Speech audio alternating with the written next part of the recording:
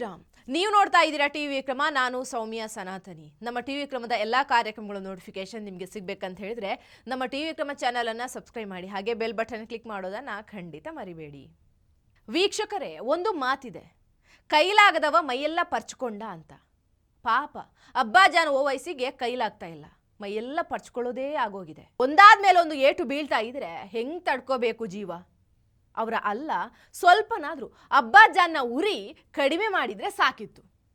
ಮೊದಲು ಅರೆಹುಚ್ಚನಾಗಿದ್ದ ಓವೈಸಿ ರಾಮ ಮಂದಿರದ ನಂತರ ಪೂರ್ತಿ ಮೆಂಟಲ್ ಆಗಿಬಿಟ್ಟಿದ್ದಾನೆ.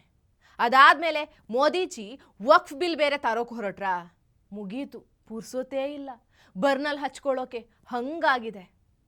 ಒಂದು ಕಡೆ ವಕ್ಫ್ ಬಿಲ್ನ ಅಂತಿಮ ವರದಿಯನ್ನು ಸಲ್ಲಿಸೋದಕ್ಕೆ ಜೆಪಿಸಿ ಈಗ ತುದಿಗಾಲಲ್ಲಿ ನಿಂತಿದೆ.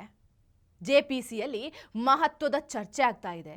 ಅಂತಿಮ ಹಂತದ ವರದಿ ಸಲ್ಲಿಸೋದಕ್ಕೆ ಸಿದ್ಧತೆ ಕೂಡ ಆಗ್ತಾ ಇದೆ. ಆದರೆ ವಿಪಕ್ಷಗಳು ಈ ಬಾರಿಯೂ ವಕ್ಫ್ ಬಿಲ್ ಪಾಸ್ ಆಗಬಾರ್ದು, ಅದಕ್ಕೆ ಏನು ಮಾಡೋದು ಅಂತ ಪ್ಲ್ಯಾನ್ ಮಾಡ್ತಾ ಇದೆ.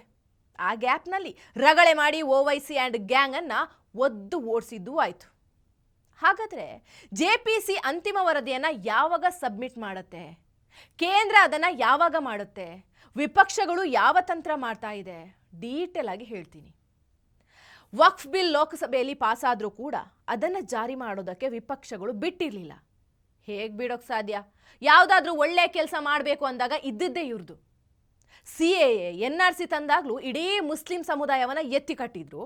CAA NRCಯಲ್ಲಿ ಮುಸ್ಲಿಂ ಪದವೇ ಇರಲಿಲ್ಲ, ಆದರೂ ಕೂಡ ಇದರಿಂದ ಮುಸ್ಲಿಂ ವಿರೋಧಿ ಅಂದರು. ರೈತರ ಪರವಾಗಿ ಹೊಸ ಕಾನೂನು ಜಾರಿ ಮಾಡಿದಾಗಲೂ ಕೂಡ ನಕಲಿ ರೈತರನ್ನು ಮುಂದಿಟ್ಟು ಗಲಾಟೆ ಎಬ್ಬಿಸಿದ್ರು. ಈ ಬಾರಿಯೂ ಅದೇ ನಡೆಯುತ್ತೆ ಅಂತ ಗೊತ್ತಿತ್ತು. ಅದಕ್ಕಾಗಿ ಮೋದಿ ಸರ್ಕಾರ ಜೆಪಿಸಿ ರಚನೆಯನ್ನು ಮಾಡಿದರು. ಜಗದಾಂಬಿಕಾ ಪಾಲ್ ನೇತೃತ್ವದಲ್ಲಿ ಜೆಪಿಸಿಯನ್ನು ರಚನೆ ಮಾಡಿ ಚಳಿಗಾಲದ ಅಧಿವೇಶನದ ಒಳಗೆ ವರದಿ ಸಲ್ಲಿಸೋದಕ್ಕೆ ಸೂಚಿಸಿದರು. ಆದರೆ ಅಷ್ಟು ಟೈಮ್ ಸಾಕಾಗಿಲ್ಲ ಅಂತ ಹೇಳಿದ್ರಿಂದ ಸ್ಪೀಕರ್ ಇನ್ನೂ ಎಕ್ಸ್ಟ್ರಾ ಟೈಮ್ ಕೊಟ್ಟಿದ್ದಾರೆ. ಬಜೆಟ್ ಅಧಿವೇಶನದ ಒಳಗೆ ವರದಿ ತಿಳಿಸುವಂತೆ ಸೂಚಿಸಿದ್ದಾರೆ. ಅದರ ಸಲುವಾಗಿ ಜನವರಿ 24-25ಕ್ಕೆ ಜೆಪಿಸಿ ಸಭೆ ಕರೆಯಲಾಗಿತ್ತು. ವಿಪಕ್ಷ ಮತ್ತು ಆಡಳಿತ ಪಕ್ಷದವರನ್ನ ಕರೆಯಲಾಗಿತ್ತು. ಈ ಸಭೆಯಲ್ಲಿ ಚರ್ಚೆ ಮಾಡಿ ಜನವರಿ 27-28ಕ್ಕೆ ವೋಟಿಂಗ್ ಮೂಲಕ ನಿರ್ಧಾರ ತಗೊಂಡು ಸ್ಪೀಕರ್ಗೆ ಸಬ್ಮಿಟ್ ಏರ್ಪಾಡು ಮಾಡಲಾಗಿತ್ತು. ಆದರೆ ಈ ಸಭೆಯಲ್ಲಿ ವಿಪಕ್ಷಗಳು ಸಹಿ ಮಾಡದೆ ಗಲಾಟೆ ಗದ್ದಲ ಮಾಡಿಬಿಡ್ತಾರೆ.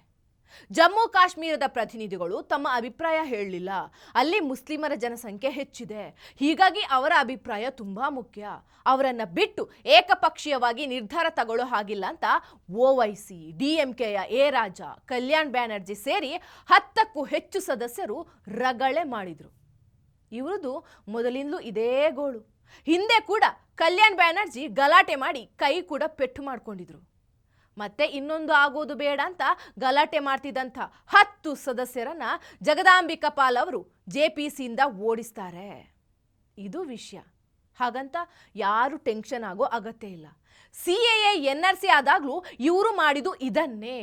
ಆದರೆ ಮೋದಿ ಸರ್ಕಾರಕ್ಕೆ ಇದ್ಯಾವುದು ಲೆಕ್ಕವೇ ಅಲ್ಲ. ಮಾಡಬೇಕು ಅಂದ್ಕೊಂಡಿದ್ದನ್ನ ಮಾಡಿಯೇ ಮುಗಿಸ್ತಾರೆ.